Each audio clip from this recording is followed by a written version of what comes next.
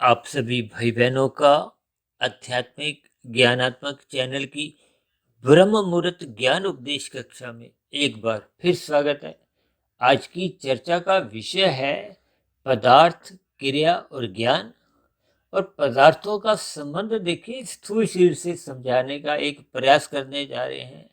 और स्थूल शरीर के साथ ही हमने एक शब्द लिखा है रोग, जबकि क्रिया के साथ हमने संबंध जोड़ने जा रहे हैं सूक्ष्म शरीर का। और सूक्ष्म शरीर के साथ हमने एक शब्द लिखा है विकार। और इसी तरह ज्ञान को हमने कारण शरीर से जोड़ा है।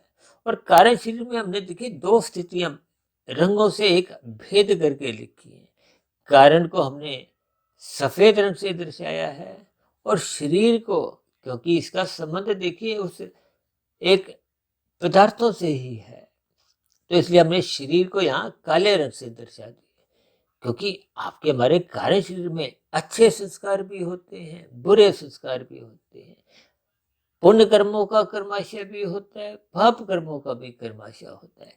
इसलिए ये दो स्थितियों को दर्शाने के लिए हमने कारण शरीर में दो अलग अलग रंग दर्शाए हैं। और इसलिए हमने संस्कार शब्द के साथ भी दो अलग अलग स्थितियां दर्शा दी हैं रंगों द्वारा।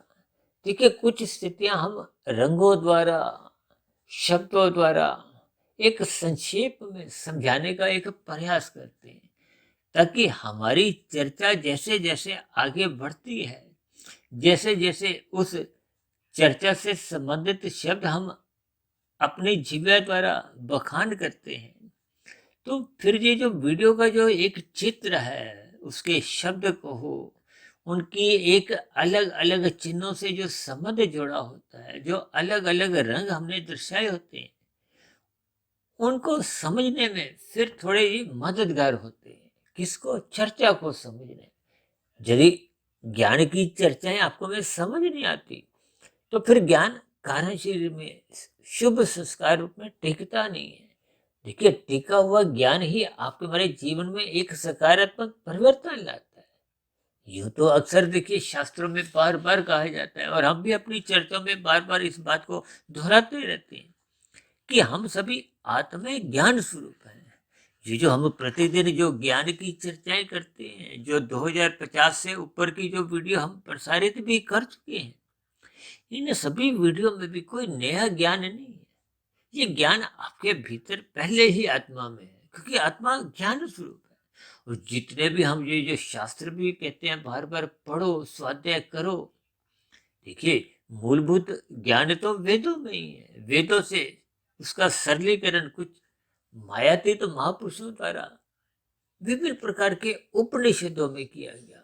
उपनिषदों का और सरलीकरण एक साधारण मनुष्य को बात समझाने के लिए उसको कुछ कथा कहानियों द्वारा जोड़कर समझाने का एक प्रयास किया गया है।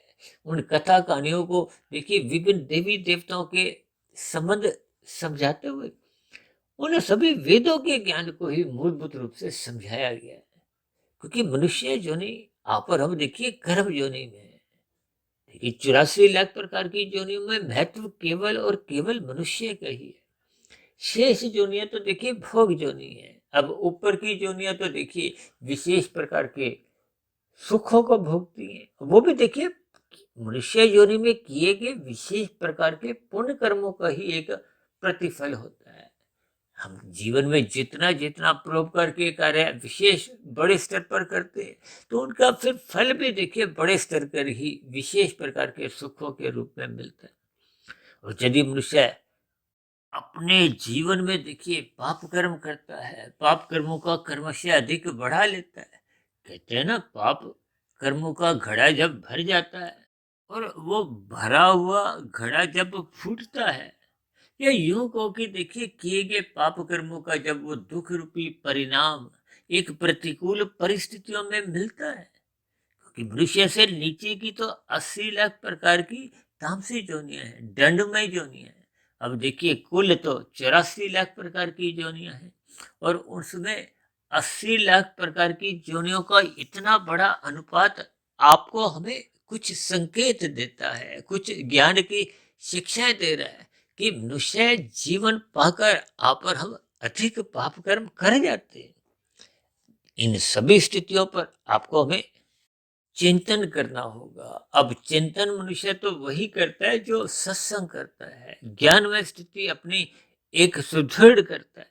और यदि मनुष्य सत्संग ही नहीं करता तो फिर अज्ञानता की स्थितियां बनी रहती।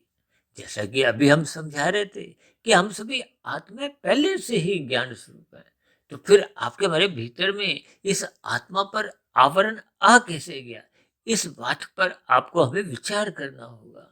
देखिए जी, पदार्थ सभी के सभी तामसी हैं, आपके हमारे शरीर भी ये तामसी हैं। पदार्थों का अभिप्राय देखिए पृथ्वी जल अग्नि वायु आकाश से लिया जाता है। और इन पदार्थों के पीछे के जो सूक्ष्म भूत हैं, गंध रस रूप स्पर्श और शब्द कहेंगे, इनको सूक्ष्म भूत भी कहा जाता है, तन मात्रा भी कहा जाता है, और आपके मेरे भोग विषय भी कहे जाते हैं। देखिए ये सूक्ष्म तत्व भी गिने जाते हैं। और आपके हमारे शरीर का जो एक निर्माण प्रक्रिया, इसके पीछे का कारण ये 5 भोग विषय हैं। ये एक सूक्ष्म भूत है। तभी तो माता के गर्भ में आपके हमारे शरीर की एक निर्माण प्रक्रिया लगभग 9 माह 9 दिन में समाप्त होती है। देखिए इन सभी स्थितियों पर हम पहले से ही बहुत चर्चाएं करते आए। इसलिए तो इस शरीर को देखिए हमने तामसी कहा है, क्योंकि पदार्थ जितने भी हैं ये अपने आप में ही तामसी है। और ये जो 5 भोग्य विषय हैं ये सूक्ष्म भूत है। आपके मेरे शरीर का विषय भोगों से एक सजातीय संबंध है। और इन सभी स्थितियों पर आपको में ज्ञान पूर्वक चिंतन करना है। यदि भोग दृष्टिकोण से इन स्थितियों पर मनुष्य चिंतन करता है तो फिर वो भटकाव की स्थितियों में आ जाता है। अब मनुष्य जोनि पाकर आपको में भटकाव से बचना है, अंधविश्वासों से गिरने से आपको अपने आप को बचाना है। तो ये सभी स्थितियां मनुष्य के जीवन में बिना सत्संग के ज्ञान में स्थितियां बनती नहीं है। या यूं को कि आपके मरी जो आत्मा के ऊपर अज्ञानता की स्थितियां बढ़ चुकी हैं, वो विषय भोगों के परिणाम है। यानी कि जब हम पदार्थों का अधिक संग करते हैं, इस बात को आप एक उदाहरण से समझ लीजिए। अक्सर देखिए जब शनि इतवार की लोगों की छुट्टी होती है, या कहीं ब्याह शादियों में, या जब मौज मस्ती में आपको हमारा खाना पीना भोग बिगड़ने लगते हैं, तो इन बिगड़े हुए भोगों को भोगने के बाद मनुष्य की जो एक स्थिति है वो प्रमाद की होती है, आलस्य की होती है। देखिए ये सभी स्थितियां मनुष्य को ज्ञान से बेरुख करती हैं। ज्ञान के प्रति उसका कोई एक रुचि जो पहले बनी हुई थी वो कमजोर पड़ने लगती है। यानी कि मनुष्य एक अलस प्रदान प्रमाद अपने आप में देखिए एक सुखद स्थिति में मनुष्य चले जाता है। ये आलस्य भी देखिए, कहते हैं ना निठल्ले बैठने रहना, कभी एक अलग लोग सुख भोगते हैं।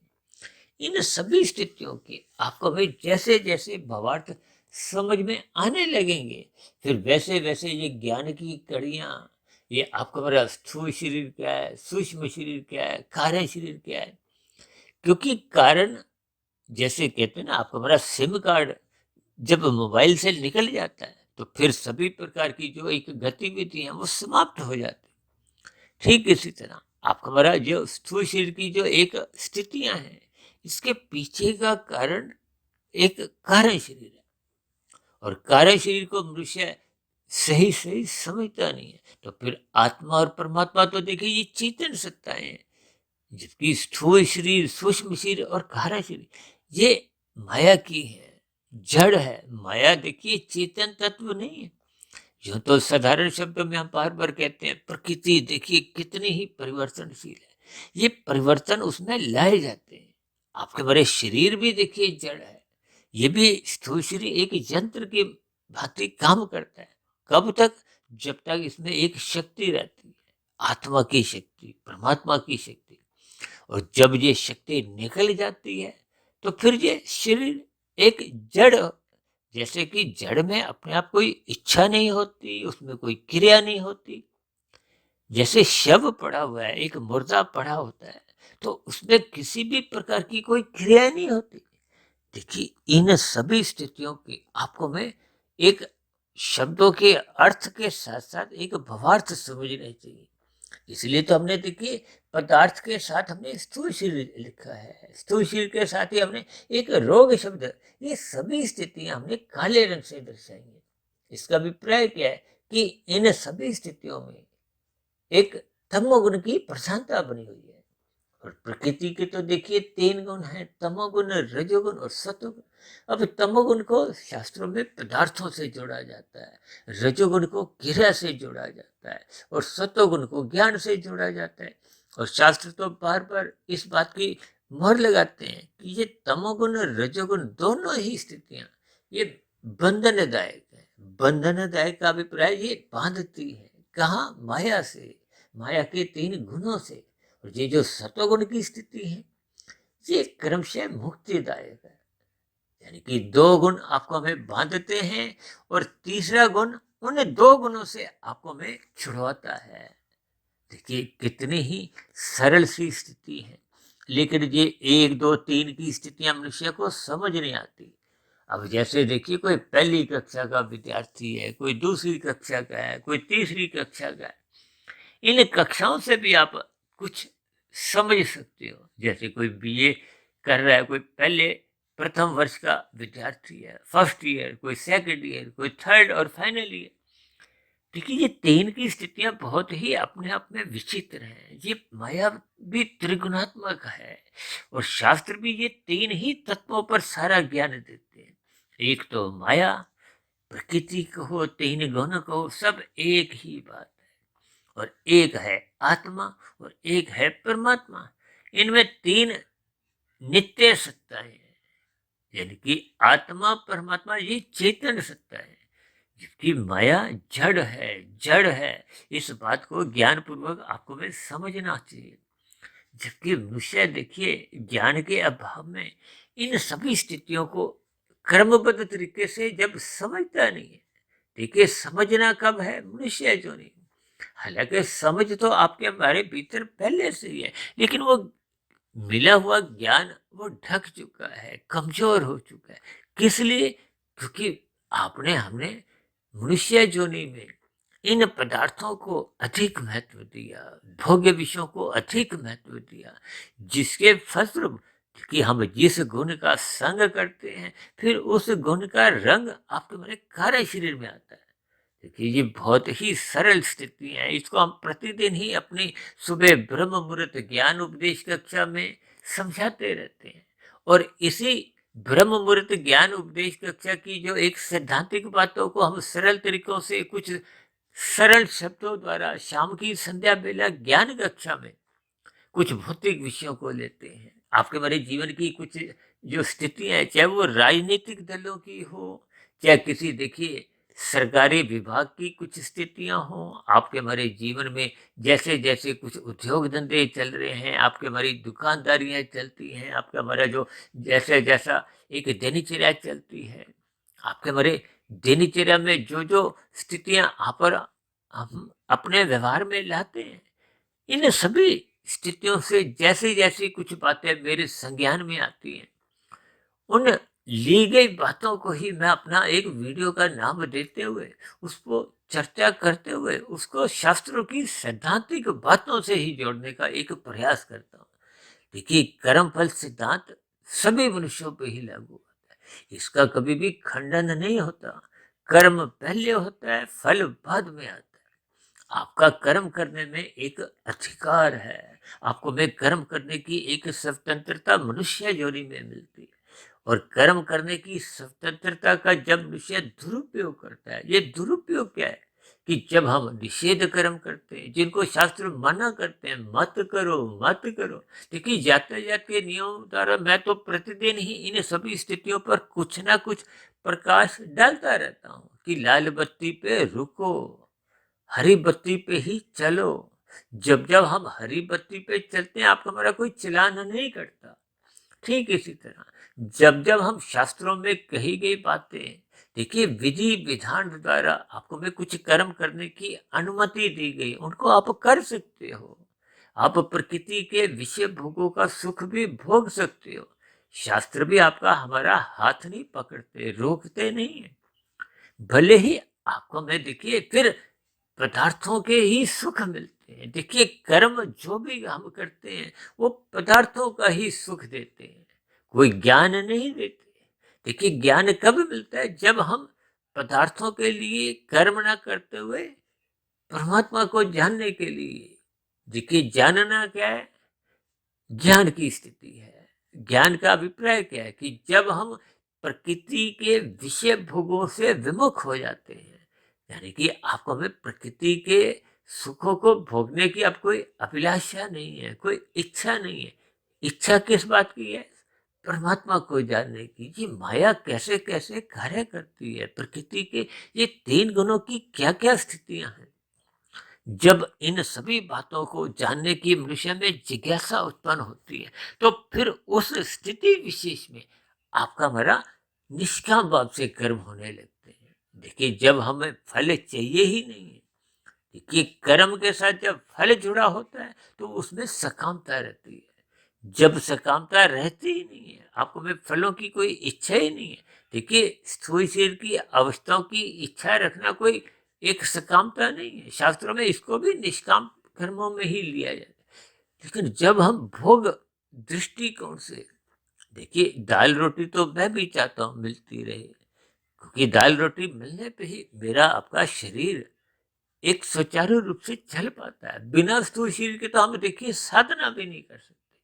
इन सभी स्थितियों को आपको में ज्ञान पूर्वक समझना होता है। हम जो बार बार कहते हैं रात को जल्दी सो जाओ, किस लिए? ताकि स्थूल शरीर के स्तर पर मौनात्मक स्थितियों में हम फिसले नहीं।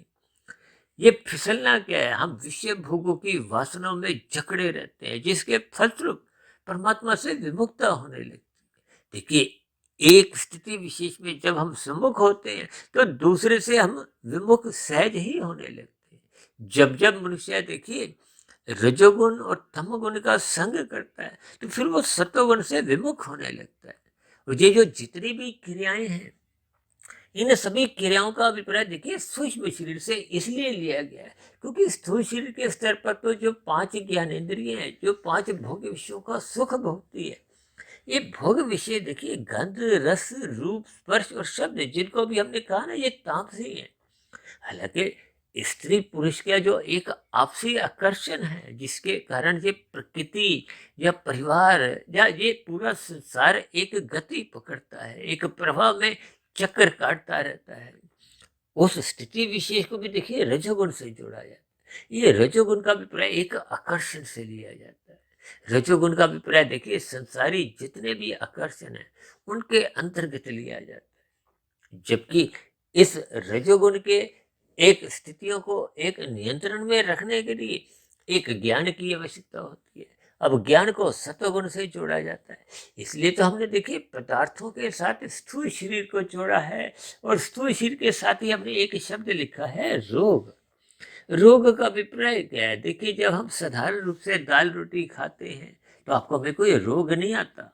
हम स्थूल शरीर के स्तर पर देखिए कार्य करते हैं, मन बुद्धि के स्तर पर हम अच्छा अच्छा चिंतन करते हैं, शास्त्रों का स्वाध्याय करते हैं, यानी कि आपकी हमारी दिनचर्या भोग प्रेरित ना होते हुए एक सदुपयोग से संबंध रखती है, मर्यादाओं में रहते हैं। यही मर्यादाओं का उपदेश तो प्रभु श्री राम जी ने त्रेता युग में दिया। ऐसा ही मिलता जुलता एक उपदेश स्वयं भगवान श्री कृष्ण जी ने गीता में अर्जुन के रथ के 5 घोड़ों की स्थिति को दर्शाया है। ये 5 घोड़े के हैं, ये 5 भोग्य विषय हैं जो आपको हमें भगाते हैं, दिन रात चोरी भी करवाते हैं। देखिए, ये जो मनुष्य छल कपट ठगी अनीतिगत कार्य करता हुआ अपने आप को एक पाप कर्म करने से भी रोक नहीं पाता, इसके पीछे का कारण क्या है? आपके हमारे बिगड़े हुए भोग। देखिए, जब मनुष्य अधिक से अधिक विषय भोगों को भोगना चाहता है, और वर्तमान समय तो देखिए कल युग चल रहा है, कल युग में जो स्थितियां हैं वो भोगों की बिगड़ती जा रही है। ये 24/7 की स्थितियां जो आपके हमारे संज्ञान में अक्सर पढ़ने में आती है, सातों दिन 24 घंटे मनुष्य बार बार 5 भोग्य विषयों का सुख भोगना चाहता है। अब अमर्यादित विषय भोगों का जब हम सुख भोगते रहते हैं तो देखिए ये स्थूल शरीर के स्तर पर जब इसको जरूरत से अधिक भोग मिलते हैं तो ये प्रमाद में आता है, आलस्य में आता है, ये रोगग्रस्त होने लगता है।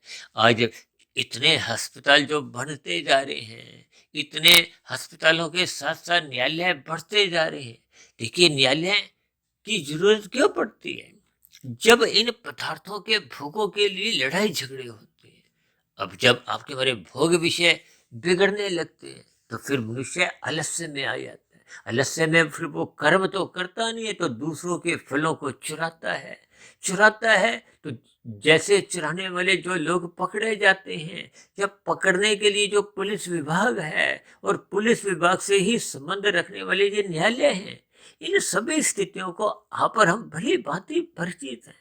यानी कि ये मुख्य जो एक स्थिति है, कर्म करने के लिए भी हम देखिए पुरुषार्थ करते हैं। धर्म, अर्थ, काम, मोक्ष, ये चार पुरुषार्थ हैं। धर्म का अभिप्राय देखिए कानूनी स्थिति से भी है, कर्तव्य पालन से भी है, सत्वगुण की स्थिति से भी है। यानी कि धर्म का अभिप्राय उस स्थिति विशेष से है जिससे हम स्वयं भी सुखी हों और दूसरा भी सुखी हो, चाहे वो मनुष्य हो चाहे अन्य जीव जंतु हो, प्रकृति का वातावरण हो। देखिए, धर्म तो एक मर्यादा है।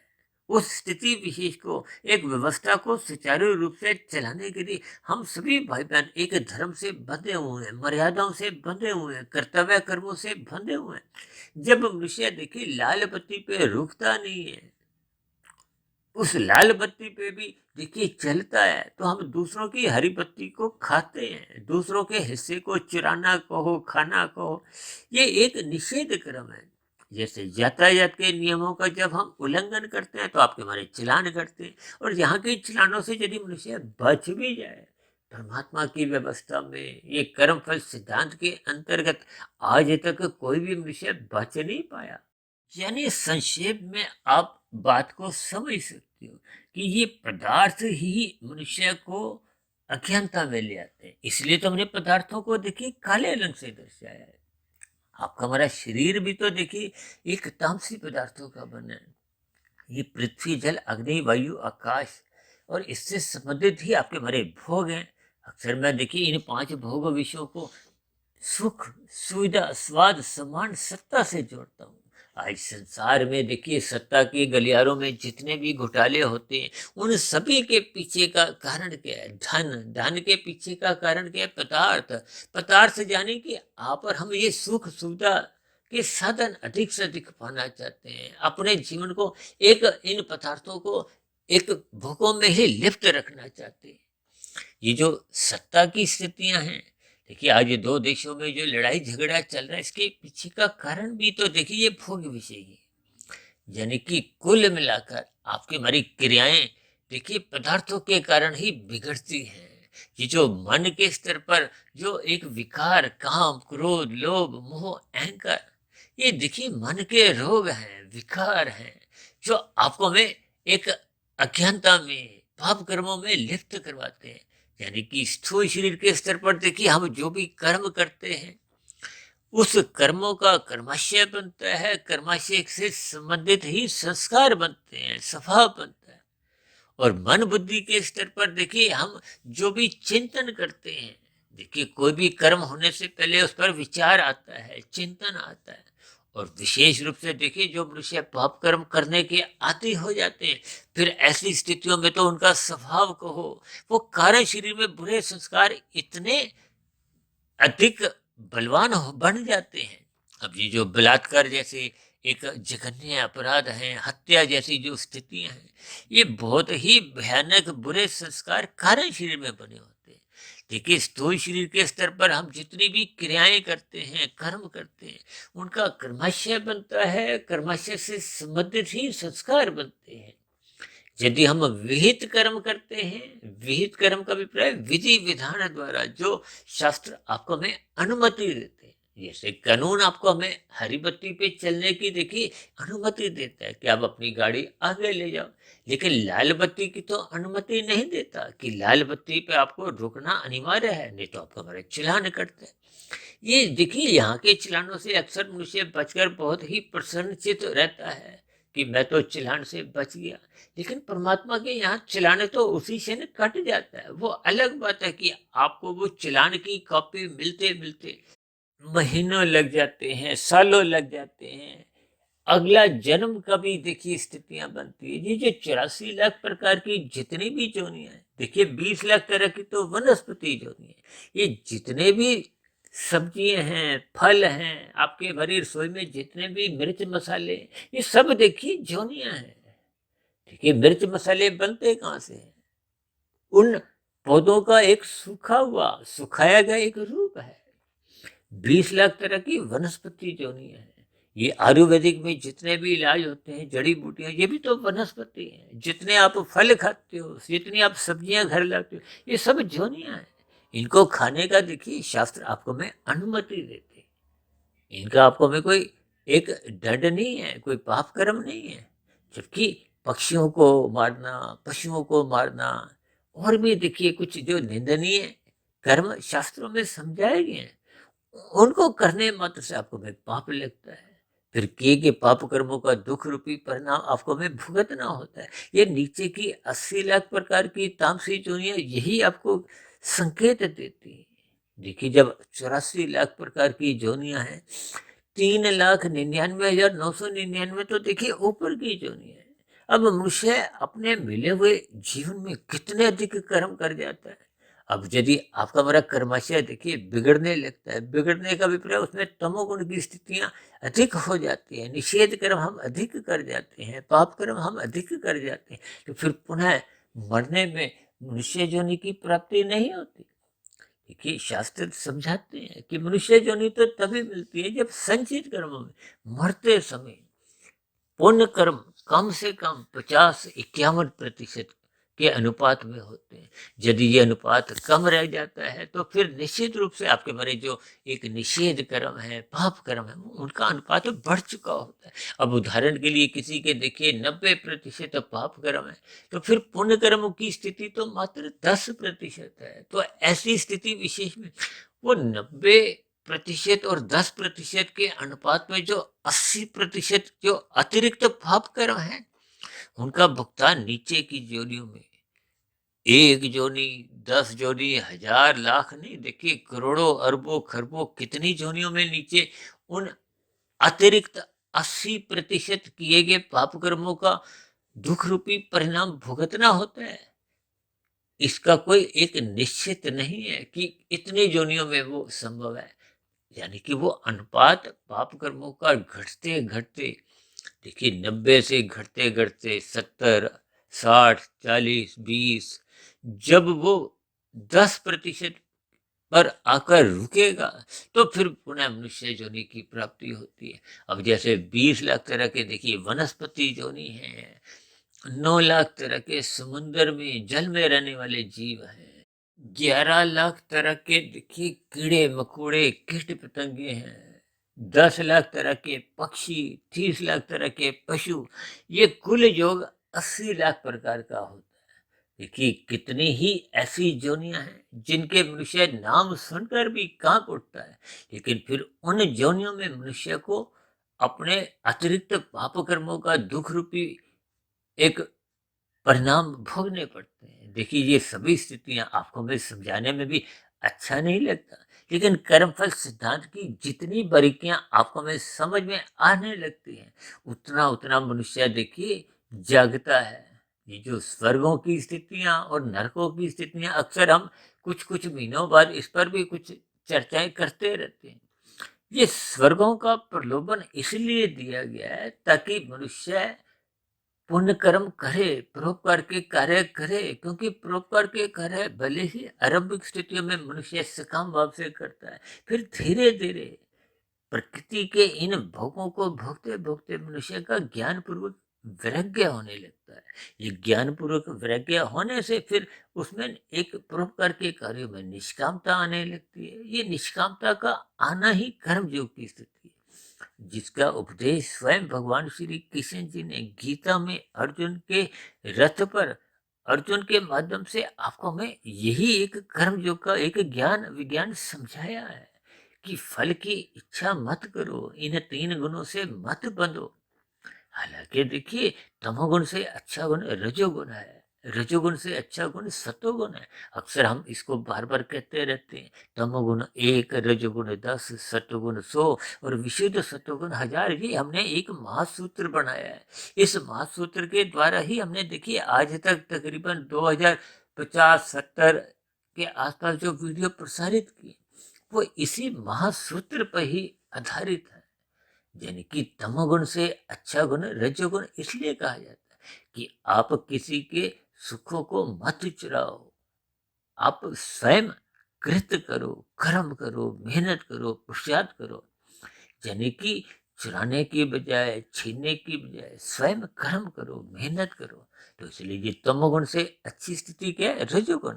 ये रजोगुण ही देखिए एक क्रिया की स्थिति है, जिसको हमने देखिए एक सूक्ष्म शरीर से इसका संबंध जोड़ा है। क्योंकि सूक्ष्म शरीर में देखिए 5 सूक्ष्म एक ज्ञानेंद्रिय हैं, 5 सूक्ष्म कर्मेंद्रिय हैं, 5 भोग्य विषय हैं, एक मन है, एक बुद्धि है। ये 17 तत्वों का आपका हमारा एक सूक्ष्म शरीर है। ये जो विकार शब्द हमने लिखा ना, ये मन के विकार है, काम, क्रोध, लोभ, मोह, अहंकार। और ये जो पदार्थों के साथ हमने स्थूल शरीर लिखा है, ये देखिए पृथ्वी, जल, अग्नि, वायु, आकाश का ये एक 5 पदार्थों का बना है।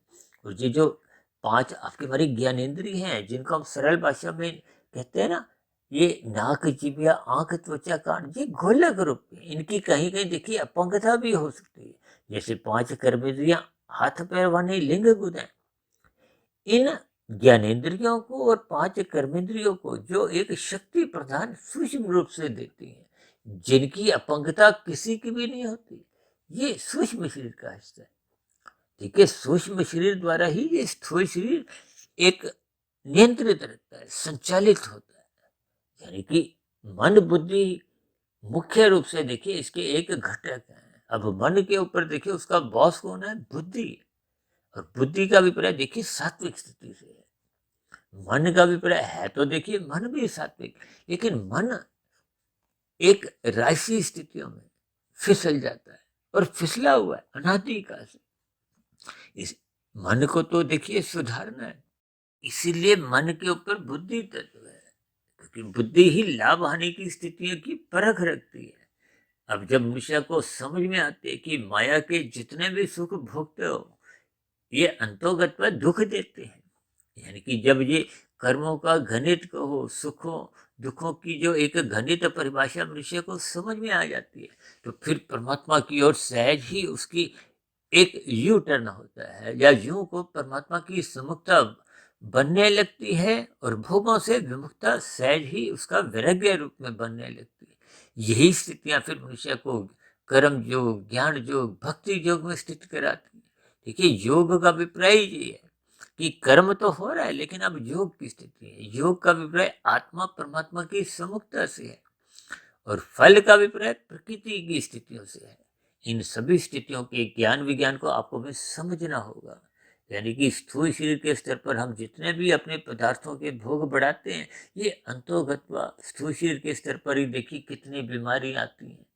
और बीमारियां यदि नहीं भी आती तो भी आपके हमारा स्थूल शरीर की देखिए विभिन्न स्थितियां हैं। युवावस्था के बाद प्रौढ़ अवस्था का आना निश्चित है। प्रौढ़ अवस्था के बाद वृद्धावस्था, जब मनुष्य की ये जो गोलक ज्ञान रूपी है, नाक, जीभिया, आंख, त्वचा, कान, ये भोगने में समर्थ ही नहीं रहती। ऐसे कितने ही धनी मनुष्य हैं जिनके पास देखिए करोड़ों अरबों रुपए, लेकिन आज वो इन पदार्थों का, प्रकृति के भोगों का सुख ले नहीं पाते, क्योंकि स्थूल शरीर के स्तर पर उनकी इंद्रियां इतनी शिथिल हैं। और कभी कभी तो कुछ ऐसी बीमारियां भी आ जाती हैं कि स्थूल शरीर के स्तर पर एक तरल पदार्थ द्वारा ही उसके शरीर में भोजन की स्थिति उपलब्ध कराई जाती है। मल मूत्र त्यागने की स्थितियां साधारण स्तर पर काम नहीं करती, तो फिर कुछ ऐसी ही नलियों द्वारा मल मूत्र त्याग करवाया जाता है। देखिए ये सभी स्थितियां सूक्ष्म स्तर पर जैसे जैसे आपको मैं समझ में आती है, इसलिए मैंने रोग के साथ देखिए अस्पताल शब्द का जिक्र किया है और न्यायालय का जिक्र इसलिए किया है क्योंकि लड़ाई झगड़े की जितनी भी स्थितियां हैं वो भोगों के कारण ही बनती है। लोग एक दूसरे के भोगों को छीनने में लगे हैं। छल कपट, ठगी, हेरा फेरी, ये कोई देखिए किसी का मोबाइल छीन लेता है, कोई सोने की चेन किसी की खींचता है, और भी विभिन्न प्रकार के आजकल देखिए डिजिटल अपराध होने आरंभ हुए हैं। ये सभी स्थितियां आपको हमारा पाप कर्मों का क्रमशः भी बिगाड़ती हैं। यानी कि ये अस्पताल और न्यायालयों की स्थितियों के पीछे का कारण आपके हमारे ये भोग विषयों के पदार्थ हैं, स्थूल शरीर ही है। और दूसरी विशेष बात देखिए, क्रिया के स्तर पर जब हम चिंतन कुसंग रूप में करते हैं तो भी आपका हमारा कर्माशय तो ही, लेकिन उस चिंतन का, उस कुसंग का बुरे संस्कार बनते हैं, जिनकी स्थितियां देखिए मैंने कारण शरीर में समझाई है। यानी कि कुल मिला के आपको हमें सत्संग करते रहना होगा, ताकि आपका हमारा मन बुद्धि सूक्ष्म शरीर नहीं बिगड़े।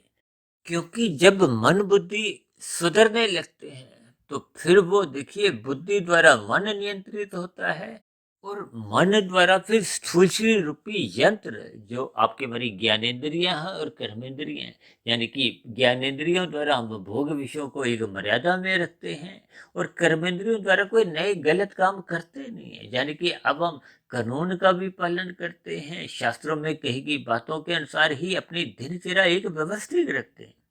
यानी कि कुल मिलाकर जब बुद्धि सात्विक बन जाती है, देखिए राशि बुद्धि विषय भोगों के लिए धन कमाने में लगाती है, और तामसी बुद्धि अधिक से अधिक धन कमाते हुए चतुराई, छल कपट, ठगी या नीतिगत कार्य रूपी गलत कामों में लगाती है। जब बुद्धि सात्विक होती है तो उसका मन पे नियंत्रण होता है। जब मन पर नियंत्रण आ जाता है, जिसका स्वयं उपदेश देखिए गीता में 5 घोड़ों की जो एक लगाम है वो मन है। मन को परमात्मा ने अपने हाथ में रखते हुए यही एक उपदेश दिया है कि हमें बुद्धि को सत्संग में लगाना है, ताकि विवेक शक्ति जगे, परमात्मा से एक समुखता बने, गुरु के प्रवचनों को सुने, शास्त्रों का हम स्वाध्याय करें।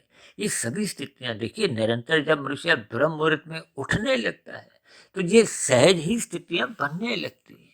अब ब्रह्म मुहूर्त में उठने के लिए रात को मनुष्य को मोहनात्मक स्थितियों से बचते हुए रात को जल्दी सोना होता है।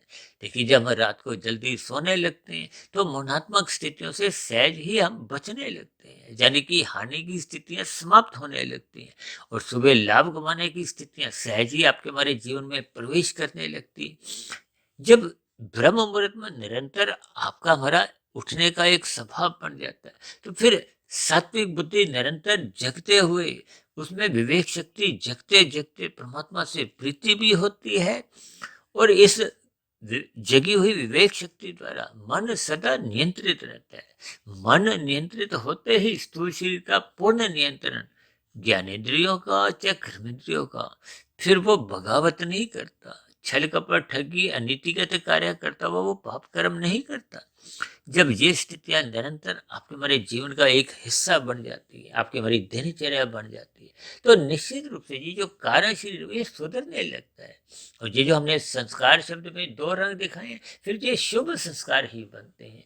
शुभ संस्कार बनते बनते वो जो पहले के बुरे संस्कार बने हुए थे वो क्रमशः कमजोर होने लगते हैं, समाप्त होने लगते हैं। समाप्त होने का अभिप्राय शास्त्रों में देखिए दग्ध बीज की स्थिति है। दग्ध बीज का अभिप्राय देखिए जब बीज जल जाता है तो उसमें कोई अंकुरण की संभावना नहीं रहती। ये अंकुरण के मन बुद्धि के स्तर पर ये जो विचार आते हैं, वृत्तियां जगती हैं, फुरने उठते हैं। जब वृत्तियां नहीं उठेंगी विषय भोगों की तो फिर स्थूल शरीर कोई क्रियाएं नहीं करता, कर्म गलत करता ही नहीं है। तो इन सभी स्थितियों का ज्ञान पूर्वक आपको हमें चिंतन करते हुए जीवन में निरंतर सत्संग करते रहना होगा। ये पदार्थ क्रिया और ज्ञान की स्थितियों में देखिए पदार्थों को एक बहुत ही न्यूनतम महत्व देना चाहिए, ताकि आपके हमारे जीवन की आवश्यकताओं की पूर्ति हो। और ये जो मन बुद्धि को सदा ही सत्संग में लगाओ, मानसिक स्तर पर सदा ही एक अच्छा चिंतन करो, ताकि ये सभी स्थितियां यानी कि आपके मेरे तीनों शरीर पवित्र हो। अक्सर मैं कहता हूँ कि जब मनुष्य श्रद्धा पूर्वक सत्संग करने लगता है तो ये किया गया श्रद्धा पूर्वक सत्संग 1% की सफलता है। और जब मन बुद्धि द्वारा हम ब्रह्म मुहूर्त में उठते हुए उस किए गए श्रद्धा पूर्वक सत्संग का चिंतन मनन करते हैं, शोध करने लगते हैं, तो ये बनी हुई जिज्ञासा ही मनुष्य को 10% की सफलता दिलवाने में सहायक होती है। और ये निरंतर स्थितियाँ जब आपके हमारे जीवन में बनी रहती हैं, फिर आगे हम निरंतर इस आध्यात्मिक यात्रा पर निकलने लगते हैं और यात्रा आगे बढ़ती जाती है। तो फिर ये 10 से 12, 15, 20, 40 यानी कि जब करते-करते हम 100% की मंजिल पा लेते हैं, शुभ संस्कार बना लेते हैं, तो फिर आपका हमारा कारण शरीर शुद्ध हो जाता है। कारण शरीर शुद्ध होने का अभिप्राय उसमें अज्ञानता की बुराइयाँ सब समाप्त हो जाती है। जब बुराइयाँ समाप्त हो जाती हैं, तो फिर कारण शरीर जब पूर्ण रूप से शुद्ध हो जाता है, तो फिर आत्मा पर किसी भी प्रकार की कोई परछाई कहो, आवरण कहो, वो कोई होती नहीं है। आत्मा अपने मूल स्वरूप में वापस लौट आती है। और आत्मा और परमात्मा का तो देखिए पहले से ही सजातीय संबंध है। यानी कि जब स्थूल शरीर के रहते-रहते कारण शरीर पूर्ण रूप से शुद्ध हो जाता है, ये जो हमने सफ़ेद रंग के साथ जो काली स्थिति दर्शाई है, ये समाप्त हो जाती है, पूर्ण रूप से शुद्ध हो जाता है। तो फिर स्थूल शरीर के मरने पे वो तो सबके ही बिना प्रयासों के ही मरते आए हैं। यानी कि जब स्थूल शरीर की मृत्यु होती है, तो फिर पुनः जन्म का कोई अज्ञानता की स्थितियां, बुरे संस्कारों की स्थितियां, कोई नए जन्म का कारण नहीं होती। तो फिर यही स्थिति मोक्ष की मानी जाती है, आध्यात्मिक शरीर की प्राप्ति होती है। यानी फिर आत्मा एक लंबे काल के लिए उस आध्यात्मिक शरीर में रहते हुए आनंदमय स्थिति में विचरण करती है। ये सभी स्थितियां देखिए परमात्मा के सानिध्य में बहुत ही एक सुचारू रूप से चलती है। ऐसा शास्त्रों को पढ़ने से और साधारण स्थितियों पर शोध करते रहने से इन सभी स्थितियों का मनुष्य को सहज ही बोध होने लगता है। तो ऐसी सभी आनंददायक स्थितियां हम सभी भाई बहनों के जीवन में भी क्रमशः बनती जाएं, इस दिशा की ओर क्रमशः हम बढ़ते जाएं। इन्हीं शुभकामनाओं के साथ आज की चर्चा विशेष को आप यहीं विश्राम देते हैं। शाम को फिर मिलते हैं संध्या बेला ज्ञान कक्षा में। तब तक आप अपने आध्यात्मिक मित्र सुधीर भाटिया फकीर को इजाजत दें। फिर भी वीडियो संबंधित आपके मन में कोई प्रश्न उठ रहा हो, कोई मेरी ही कही गई बातें आपको आधी अधूरी तर्क संगत सही नहीं लगती हो, तो आपके प्रश्नों के साथ साथ आपकी शिकायतों का नीचे दिए गए कमेंट्स बॉक्स पर सदा ही स्वागत है। चर्चा विशेष को ध्यानपूर्वक सुनने के लिए आप सभी भाई बहनों का बहुत बहुत धन्यवाद।